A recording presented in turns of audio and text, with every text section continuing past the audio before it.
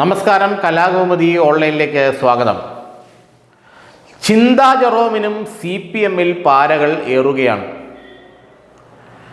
M സ്വരാജിനെ പോലെ തന്നെ capital punishment പ്രയോഗം ചിന്താ ജെറോമും ആലപ്പുഴയിൽ നടത്തിയെന്ന ആരോപണം, അല്ലെങ്കിൽ അത് അർത്ഥം വരുന്ന തരത്തിലുള്ള ചില സൂചനകൾ സുരേഷ് കുറുപ്പിനെ പോലൊരു നേതാവിൻ്റെ ഭാഗത്തു നിന്നും ഉണ്ടായി എന്നത് വലിയ ഒരു രാഷ്ട്രീയ പ്രശ്നമായിട്ടാണ് ചിന്താ ജെറോം കാണുന്നത്. കാരണം ഇതിൻ്റെ പിന്നിൽ ഒരു ഗൂഢാലോചനയുണ്ടെന്ന് അവരും വിശ്വസിക്കുന്നുണ്ട്. കുണ്ടറ സീറ്റിൽ അടുത്ത തവണ മേഴ്സിക്കുട്ടിയമ്മയ്ക്ക് പകരം മത്സരിക്കാൻ പാർട്ടി ഉദ്ദേശിച്ചിരിക്കുന്നത് സാക്ഷാൽ ചിന്താ ജെറോമിനെയാണ്. എന്നാൽ കുണ്ടറ സീറ്റിൽ നിന്നാൽ താൻ ഒരിക്കലും ജയിക്കരുത് എന്ന നിലപാടിലേക്ക്, അല്ലെങ്കിൽ ഒരിക്കലും ജയിക്കരുതെന്ന് ആഗ്രഹിച്ച് കുറേ പാർട്ടി നേതാക്കൾ നടക്കുന്നുണ്ടെന്നും അവരാണ് തന്നെ പിന്നിൽ നിന്ന് കുത്തി വീഴ്ത്താൻ ശ്രമിക്കുന്നതെന്നും ചിന്താ ജെറോം വിശ്വസിക്കുന്നു. മനഃപൂർവ്വമാണ് ഒരു പെൺകുട്ടി VS-നെതിരെ ഇത്തരത്തിലുള്ള അഭിപ്രായ പ്രകടനം നടത്തിയെന്ന് ഒരു പ്രസ്താവന ഒരു മുൻ MLA-യുടെ പാർട്ടി നേതാവിൻ്റെ ഭാഗത്തു നിന്നുണ്ടാകുന്നതെന്നാണ് അവർ കരുതുന്നത്. അത്ര നിഷ്കളങ്കമായ പ്രസ്താവനയല്ല അത്. കുണ്ടറ പോലുള്ള മണ്ഡലത്തിൽ VS-ന്, അല്ലെങ്കിൽ കൊല്ലം ജില്ല തന്നെ VS പക്ഷത്തിന് വലിയ ഭൂരിപക്ഷമുള്ള ജില്ലയായിരുന്നു. VS-ൻ്റെ തട്ടകമായിരുന്നു കൊല്ലം.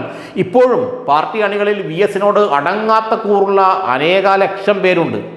അതുകൊണ്ട് അവരെയൊക്കെ തനിക്ക് എതിരാക്കുന്ന തരത്തിലുള്ളൊരു പ്രസ്താവനയാണ്, അല്ലെങ്കിൽ സംസാരമായിരുന്നു ആലപ്പുഴ സമ്മേളനത്തിൽ താൻ ക്യാപിറ്റൽ പണിഷ്മെൻറ്റുമായി ബന്ധപ്പെട്ടൊരു പ്രസ്താവന നടത്തിയെന്ന പ്രമുഖ നേതാക്കളുടെ ആരോപണമെന്നാണ് ഇപ്പോൾ ചിന്താ ജെറോം വിശ്വസിക്കുന്നത്. നേരത്തെ തന്നെ അവർ യുവജന കമ്മീഷൻ ചെയർമാനായിരുന്നപ്പോൾ ധാരാളം ബില്ലുകൾ പാസ്സാക്കിയെടുത്തതും സ്വന്തം പേരിൽ പൈസ എഴുതിയെടുത്തതുമെല്ലാം വലിയ ആരോപണങ്ങൾ പാർട്ടിക്കാർ തന്നെ പുറത്തുവിട്ടിരുന്നു. അത് മാധ്യമങ്ങളാണ് എടുത്തതെങ്കിലും യഥാർത്ഥത്തിൽ പുറത്തുവിട്ടത് പാർട്ടിക്കാർ തന്നെയാണ്. പാർട്ടിക്കുള്ളിൽ നിന്ന് തന്നെയാണ് അതെല്ലാം പുറത്തു വന്നത്. ഇപ്പോൾ കുണ്ടറയിൽ തന്നെ മത്സരിപ്പിക്കാതിരിക്കാനോ അഥവാ മത്സരിച്ചാൽ തന്നെ പരാജയപ്പെടുത്താനോ ചില പാർട്ടി കേന്ദ്രങ്ങൾ ശ്രമിക്കുന്നുവെന്ന് ചിന്താ ജെറോം വിശ്വസിക്കുന്നുണ്ട്. അതിൻ്റെ ഫലമായിട്ടാണ് VS-നെതിരെ താനും പറഞ്ഞു എന്നുള്ള രീതിയിലുള്ള ആരോപണങ്ങൾ ചില ഭാഗത്തു നിന്നും ഉണ്ടാകുന്നതെന്ന് അവർ വിശ്വസിക്കുന്നുണ്ട്. ഏതായാലും സുരേഷ് കുറുപ്പോ അല്ലെങ്കിൽ മറ്റേതെങ്കിലും നേതാക്കളോ വെറുതെ ഭംഗിവാക്കായി നിഷ്കളങ്കമായി പറഞ്ഞതല്ല.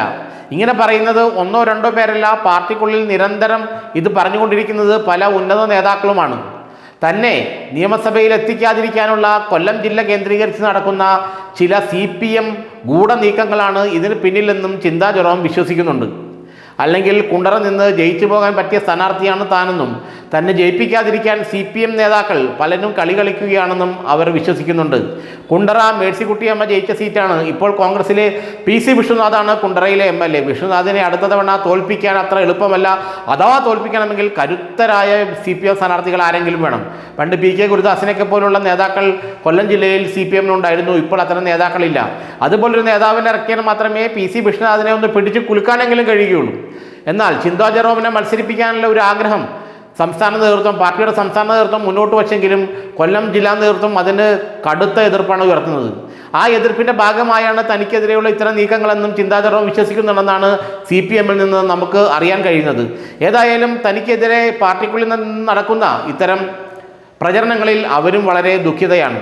കുണ്ടറ സീറ്റ് തനിക്ക് നൽകാതിരിക്കാനോ അല്ലെങ്കിൽ തന്നെ അവിടെ തോൽപ്പിക്കാനോ ഉള്ള ചില പാർട്ടി നേതാക്കളുടെ ശ്രമമാണ് ഇത്തരം ആരോപണങ്ങൾക്ക് പിന്നിലെന്ന് അവർ വിശ്വസിക്കുന്നു.